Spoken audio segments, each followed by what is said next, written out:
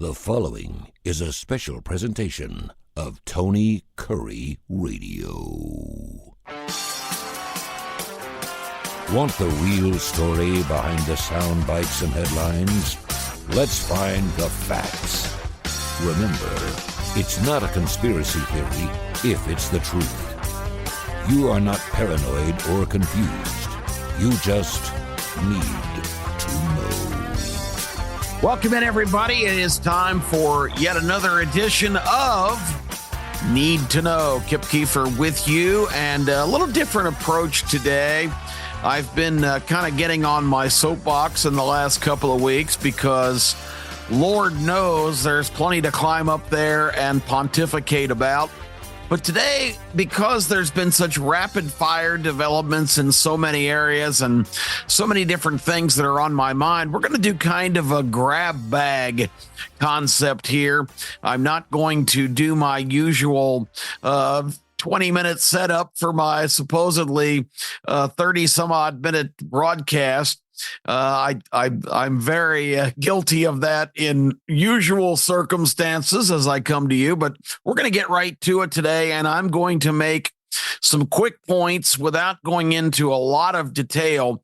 Maybe we can, in our next program, as some of these major stories unfold, get into more of the nitty-gritty. I've got a couple of different things on this agenda that are perfect discussion points with my illustrious partner on these matters of news and politics, Terry Quillian, who's been traveling internationally and thankfully is back on American soil, which in this day and age, every time she departs, I'm always most delighted when she returns. Hopefully we can get her in for the next couple of shows and talk about some of these things. But I want to start by giving you an update. I'm sure most of you are wondering how our president is doing, Joe Biden, after his not so dramatic announcement and withdrawal from his reelection campaign. Of course, he was just doing it for the good of America, passing the torch to a younger generation. Joe's been in the news twice this week, so he did wake up long enough to do a couple of things. One was to fly to Texas, and why Texas and going to Austin, I don't know the purpose. He was trying to tie Lyndon Johnson into this occasion when he announced that one of the major initiatives of his remaining 5 months was to try and encourage Congress to take on the project of completely overturning the Supreme Court and how it's structured, going ahead and completely usurping the Constitution and basically increasing the number of justices on the court, imposing term limits, which is hilarious. His initiative would impose term limits. This is a guy who has been in Congress or in the executive branch, has been in government in Washington for 52 years, and this guy is a proponent for term limits. By his definition, which the proposed in this great idea for the Supreme Court, the proposed maximum term for justices would be 18 years. Joe has tripled that in his career, and yet that's what he's calling for. So instead of lifetime appointments, it would be an 18-year gig at maximum. The incoming president in each election would have the opportunity to put 2 new members on the Supreme Court. I still don't know how that works if everybody was still within their 18-year window. I guess it just keeps increasing in size, but that would be an idea for Joe. All of this overturning how the court is structured, it's amazing that if a Democrat administration is in power, they're all for this. But as soon as a Republican would win the White House and you take advantage of these great new ideas, they would immediately switch to opposition. I want to remind you of one of the last things really profound that Rush Limbaugh, the late great Rush Limbaugh, left with us on one of his last broadcasts when he said, folks, you all need to recognize that this insidious group that is trying to take permanent power of this country, this leftist, progressive, internationally pushed influx of money and influence from the Communist Party of China to the George Soroses of the world, all trying and all united, radical Islamists, all united to try and topple this country internally by creating chaos and division, because they all have the similar goal of taking away the biggest block to this kumbaya new world order, world government situation. He warned that since the Democrat Party has sold out to this movement, it has become a radical far left party. The Democrat Party that we knew is gone like the dodo. And he warned that all of this talk about threat to democracy and it is the maximum projection of their views on the other side. That's a tactic that's typically used in a whole Marxist approach that I call it reverse reality, where they look in the mirror and project whatever they see and whatever they believe on their opponents, calling Donald Trump and the Republicans a threat to democracy. MAGA Americans, make America great, is a threat to democracy. Good grief. It's absolutely absurd. The whole point is, Rush Limbaugh said they are going to be all for quote free and fair elections because now they control the process. Soros and big tech and all of the people funding this underground movement have put in place in a lot of key areas and states, secretaries of state, county clerks, people that would not normally attract any kind of support or attention.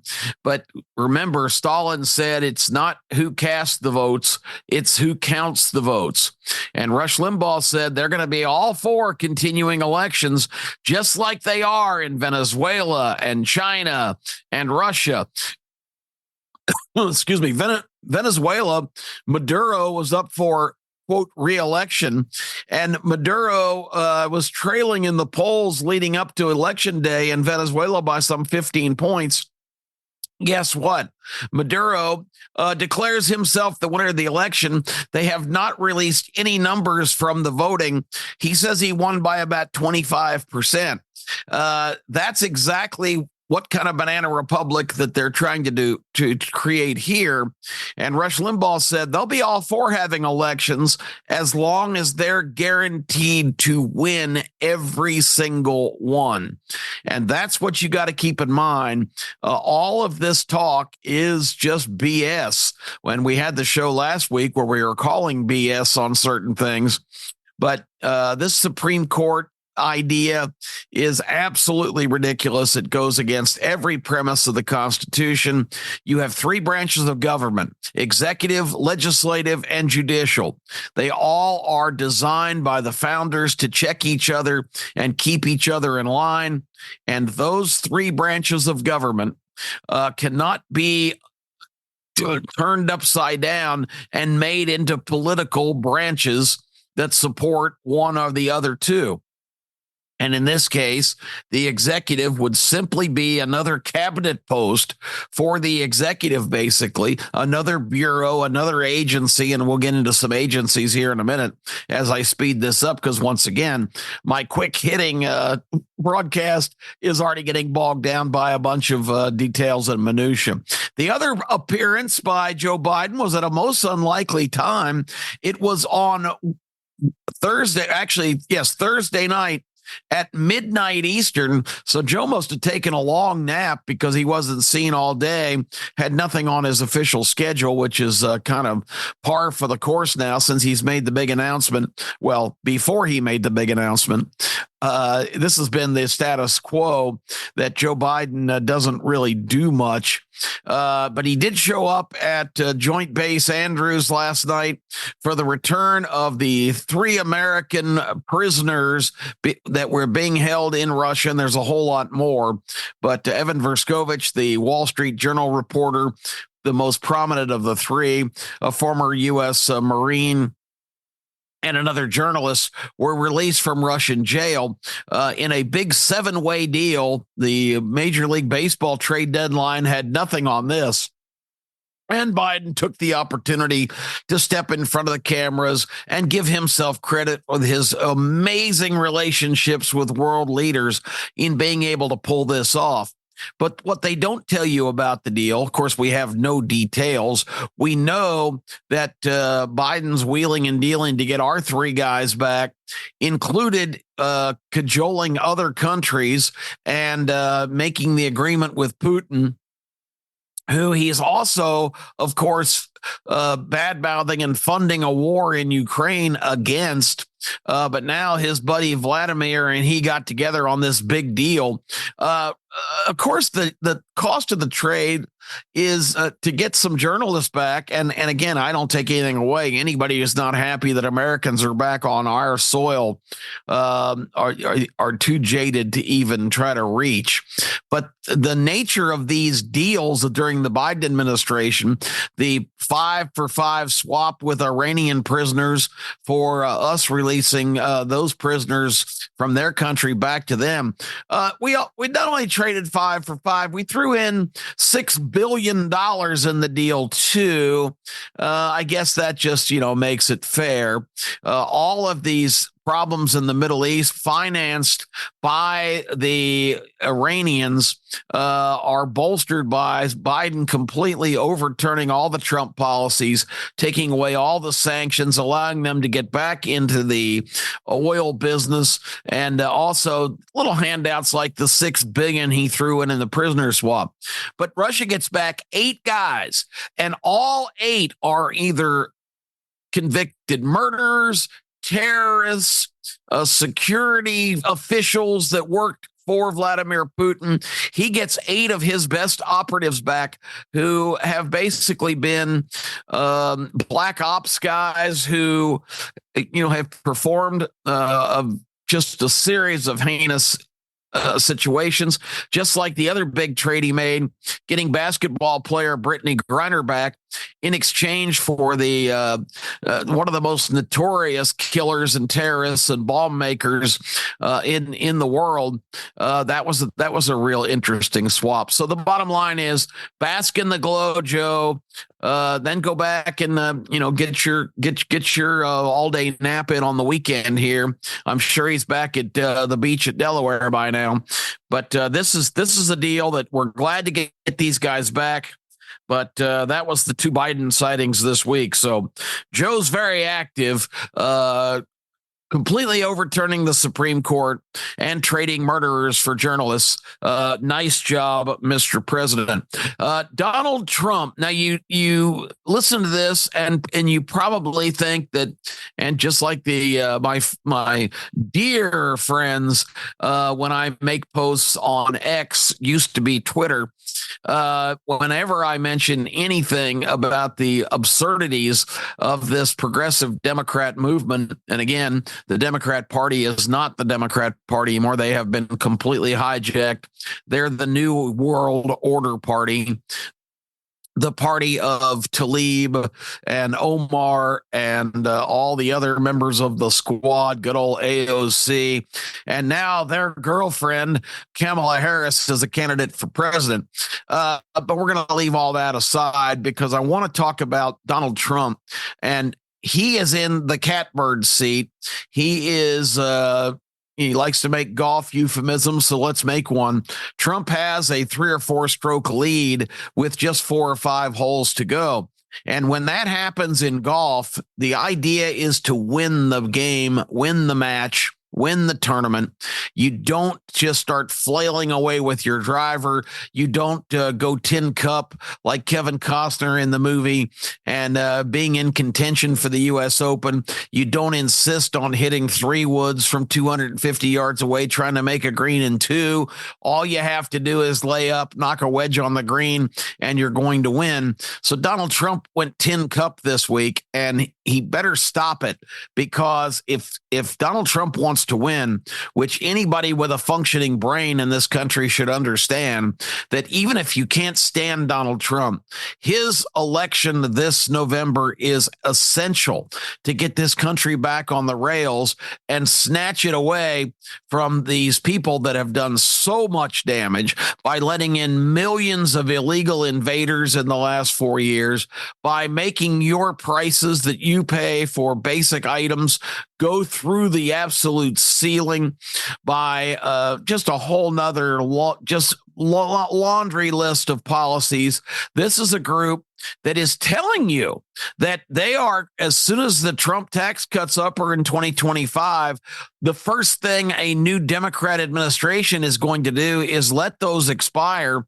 And they've already announced intentions, particularly the new candidate for president, Kamala Harris, who once did not scoff at AOC's suggestion that perhaps the tax rate should be 70 to 80%. Do you want 80% taken out of your paycheck? I've never seen a country ever before, an election ever before, when they're running on the platform of, hey, put us in office, we're going to raise your taxes. Isn't that awesome? We're going to raise your taxes. You're going to continue to pay sky-high prices. We're going to tell you where you can go, what you can do for a living, what you can drive, what kind of appliances you can have. We're going to create this great society of all equal, equitable people, and we're going to be calling the shots. So we're not equal, but all of you are going to just be one big happy family and listen to exactly what the elites, ourselves, tell you what to do. That's a hell of a platform. So Trump needs to win, but Trump needs to stop being tin cup and going for the green. He went to the National Association of Black Journalists meeting on Tuesday, and I applaud him for going into what you knew was going to be a lion's den. The mainstream media, these are reporters from a lot of the major newspapers and television networks, etc. And of course, the questions were immediately hostile. But instead of just laughing it off and saying, "Well, I guess when you walk in the lion's den, you know what you're going to get," he got combative. He kind of rambled and made some stupid language errors that he really should be sophisticated enough now, after doing this for so long, not to put himself in that situation. And I was screaming at the TV when he was asked an obvious question and there is an absolute perfect answer, and he didn't come up with it. Because when asked if he believed that Kamala Harris was only vice president and hence presidential candidate because of the situation of DEI, which he asked the reporter, how do you define DEI? Well, I don't think anybody cannot define it. It's diversity, equity, inclusion, which is, of course, what she answered. He goes, so that's your belief of what it is. So he was kind of stalling. And then instead of saying the obvious answer, well, let's just put it this way. Joe Biden declared that he was going to pick a running mate who was a black female. That immediately eliminated everybody in every other classification, maybe 50, 60, 100, 500 people that on merit may be better than declaring one group, one specific group is going to be the only people considered. That defines why DEI is an absolute absurd, asinine policy, because again, if I'm picking somebody for a job opening I have, I don't care what you look like. I don't care what your politics are. I don't care, what religion you are, what your sexual inclination. If you can step into the position I have open and you are the best candidate to get results and make what I'm doing and what my organization, whatever that might be at the time, is doing, you're hired. Welcome to the team. We've got to get back to giving the best qualified person the position. Equity doesn't mean equality. Equity, part of DEI, it means that we are raising people's profiles that do not deserve those particular jobs. That's why DEI is better defined as didn't earn it. And again, Kamala Harris may have been the most qualified, brilliant person out there. I think we know now, and we knew then, that that was not the case, that there would have been a lot of better choices, but all of those other choices with the exclusion of a black female were taken out of the equation. All Trump had to say was that Biden declared that it was going to be a black female, and that was the answer. So that says, yes, it was a DEI decision. He didn't need to say anything beyond that, but he babbled about, didn't even know she was black. I thought she was Indian, blah, blah, blah. And he really just kind of made in all due respect to Donald Trump, but he kind of made an ass out of himself. And it really is a typical thing, because I had several people tell me in the last couple of days, well, Trump just can't help himself. Even if you know the context of that comment, you're not going to hear what led up to it. All you're going to hear him is babbling about and an answer that he should never have been giving. She also went on to ask him, how can anybody expect him to be fair to black people when he, trashes black DAs and black journalists? And, I have not heard Trump single out any district attorneys that are corrupt because they're black. He is, and it's not the case. George Gascon in Los Angeles is certainly not a black individual. There are others that have been in these positions. So all of a sudden, for this reporter for ABC to limit it to him, Trump has never stood up and said all of these corrupt black district attorneys.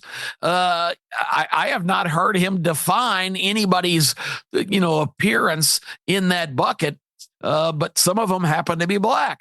So anyway, it was a good thing that he went there. But if Donald Trump wants to win this election, as much as he loves doing rallies, and he loves it, he's an entertainer. He gets on stage and he just goes a mile a minute. He'll stay on script for a while, but then he'll drift off. He makes it's really kind of the most modern comedy routine going on now, because he does little imitations and walks around and acts like Joe Biden trying to get off the stage. And, but those rallies are attended by people that he's got in the bag. He doesn't need to go and do those every once in a while to kind of fire up your people, but he's got those votes. Where Donald Trump can win this election and win it handily is in the minority communities, is in young people situations, is in disgruntled Democrats quarters. He did a good job going to the Bronx this year, a place no Republican would ever think of being seen. He drew 25,000 people, but instead of attacking Democrats, he needs to start telling those people the Trump administration is going to do this, this, and this to get you lifted up where you belong. You've been voting for these bums for 60 years, and look at your current situation. He needs to start talking directly to independents, to young people, to minority communities, and again, disgruntled Democrats, and tell them what a Trump administration is going to specifically do for them. And that's what he needs to focus most of his attention on. if he wants to win this election. Get away from all of this stupid identity stuff, because that's what campaign they want to run, because they have nothing except for that. Trump's a racist. Trump's a, MAGA extremist, whatever the hell that is. I guess an extremist that loves your country is a horrible, evil thought. But the bottom line is, if Trump wants to win, Trump needs to positively impact people that are on the fence, that are sick of the Democrats, counting on them to get their vote, and then abandoning any of their needs during their administrations until it's time to sign them up again automatically. There's definite opportunity now to strike while that iron's hot and make those distinctions. A couple of real quick things.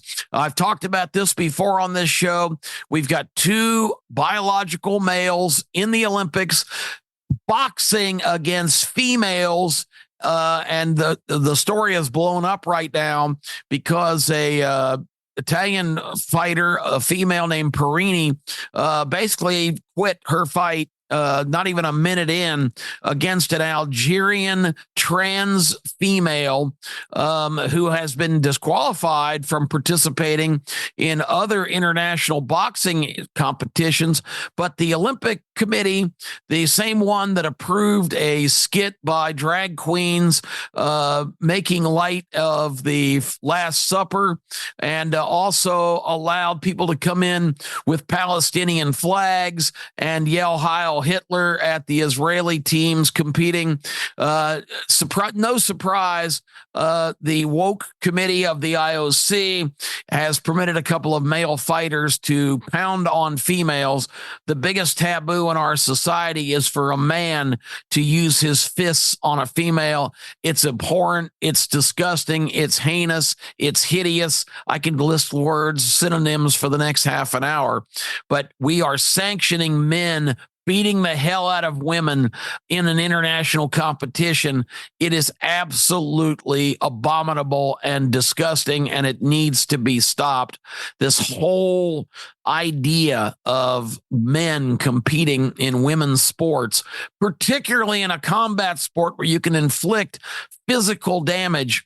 The biggest, again, taboo in our society is women being battered by abusive men, and now we're sanctioning it in the games that are supposed to bring us all together. You've got to be kidding me.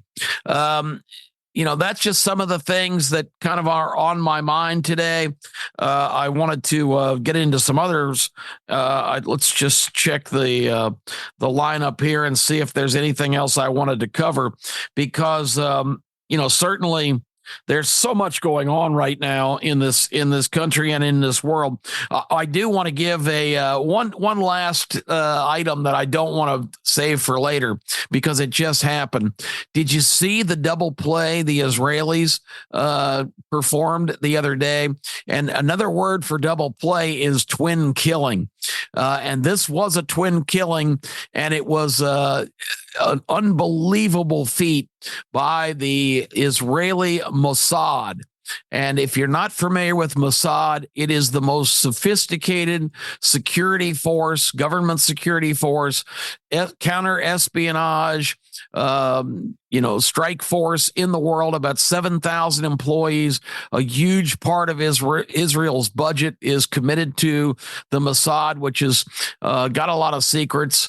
But basically, they are the most effective counterterrorism intelligence force on earth.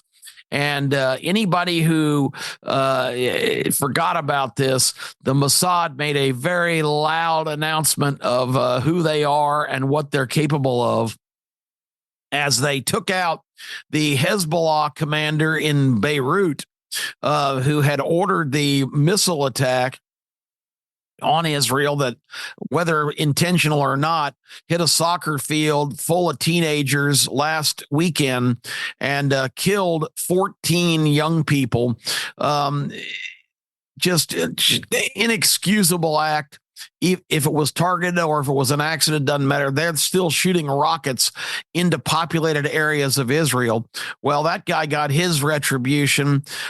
He's also was heavily involved in the 1983 bombing of the Marine barracks that killed over 200 U.S. servicemen. So justice was served there. Just hours later, in Tehran, of all places, in the Iranian capital, they took out Mossad, one of the leaders who have been headquartered basically in Qatar, one of the major figures, top dogs in the entire Hamas movement, which is the other terrorist organization funded by Iran.